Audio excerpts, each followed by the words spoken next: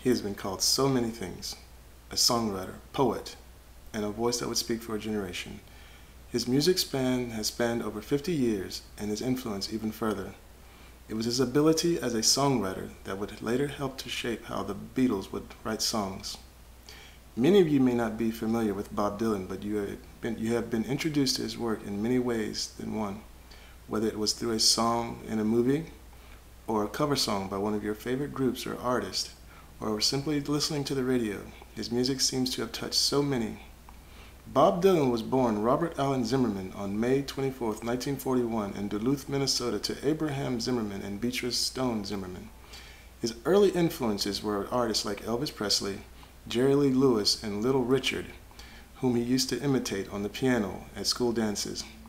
The young Dylan formed its own bands, including the Golden Chords, as well as a group he fronted under the pseudonym Elston Gunn. According to Willents in his book Bob Dylan in America, Dylan got his first taste of folk music from an album he picked up at a folk festival. One of his greatest folk influences was a man called Woody Guthrie. While attending the University of Minnesota in Minneapolis, he began performing folk and country songs at local cafes, taking on the name Bob Dylan after the late Welsh poet Dylan Thomas. In 1960, Bob Dylan dropped out of college and moved to New York, where his idol, the legendary folk singer Woody Guthrie, was hospitalized for a rare hereditary disease of the nervous system. Dylan would visit Guthrie often in the hospital and was also seen at local folk clubs and coffee houses in Greenwich Village, where he would meet a host of other artists and began producing songs at an astonishing pace, such as the Song to Woody, an ode, a tribute to his ailing hero. The 1963 release of The Freewheelin' Bob Dylan marked Dylan's emergence as one of the most original and poetic voices in the history of American popular music. The album included two of the most memorable 1960 tracks, Blowing in the Wind, which later became huge hits for the folk trio Peter, Paul, and Mary, and A Hard Rain's Are Gonna Fall. His next album, The Times Are Changing, firmly established Dylan as a definitive songwriter of the 60s protest movement, a reputation that only increased after he became involved with one of the protest movement's established icons, Joan Baez, in 1963.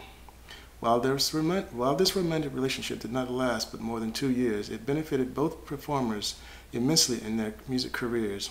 Dylan wrote some of Baez's best-known songs, and Dylan was introduced to thousands of fans through her tours.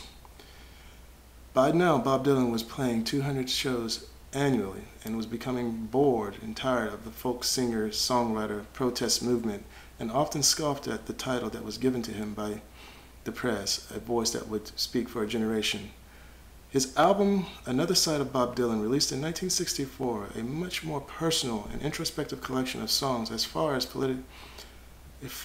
less politically charged than Dylan's previous efforts. Dylan was constantly reinventing himself. According to the Biography Channel website, Bob Dylan in 1965 scandalized his folky fans by recording half acoustic, half electric album, Bringing It All Back Home, backed by a 9-piece band. On July the 25th of 1965, he was famously booed at the Newport Folk Festival when he performed electrically for the first time. Over the course of the next 3 decades, Bob Dylan would constantly reinvent himself. Following a near motorcycle accident in 1966, Dylan would spend most of that year in solitude. His next 2 albums, John Wesley Harding in 1968, included All Along the Watchtower, later recorded by guitar great Jimi Hendrix, and a country album, Nashville Skyline of 1969, were far more mellow than his earlier works. After hearing the freewheeling Bob Dylan, the Beatles, and especially John Lennon, were inspired to write more mature, narrative-driven folk songs in a manner of their new hero. Almost immediately, Lennon began to write more introspective and acoustic songs. His first attempt was I'm a Loser, which was recorded in August 1964. He finally mastered the folk form with the song Norwegian Wood, released in 1965 on Rubber Soul, in which the singer takes a detached and somewhat stone-looked at an elusive woman. Bob Dylan continued to have success on his albums like Blood on the Tracks and Desire, which included songs like Hurricane, written by Bob Dylan himself, about a boxer, Reuben Hurricane Carter, who was then serving a life sentence after what many felt was a wrongful conviction of a triple homicide in 1967. After a painful split with his wife, Sarah Lowndes, the song Sarah on Desire was a plaintive but unsuccessful attempt for Bob Dylan to win Lowndes back. After then, Bob Dylan reinvented himself again in 1979, claiming that he was a born-again Christian. His evangelical Slow Train Coming was a commercial success and won Dylan his first Grammy Award.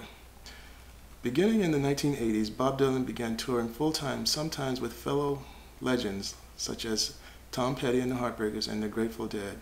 In 1989, he was inducted into the Rock and Roll Hall of Fame, where Bruce Springsteen would speak at the ceremony, declaring that Bob Dylan freed the mind the way that Elvis freed the body, also claiming that he invented a new way a pop singer could sound, broke through the limitations of what a recording artist could achieve, and changed the face of rock and roll forever. He went on to record 2 albums with the all-star band Traveling Wilburys, also featuring George Harrison and the late Roy Orbison and Tom Petty and Jeff Lynne. In 1994, Dylan returned to his folk roots, winning a Grammy Award for the Best Traditional Folk Album, A World Gone Wrong. In 1997, Bob Dylan became the first rock and roll star to receive the Kennedy Center Award honors, considered the nation's highest award for artistic excellence. Bob Dylan has continued to have an illustrious career. In 2000, he recorded a single, Things Have Changed, for the soundtrack for the film Wonder Boys, starring Michael Douglas. The song won Dylan a Golden Globe and an Academy Award for Best Original Song. Bob Dylan has come a long way from the small town in Duluth, Minnesota, although he denies it. Many consider him a voice of his generation. He took from those that inspired him like Elvis, Guthrie, and Lewis, and transformed the world of music forever. Bob Dylan continues to make music to this day, and it is very likely that when we are gone, our children's children will listen to Bob Dylan's music and be influenced the way his generation was, and so many others.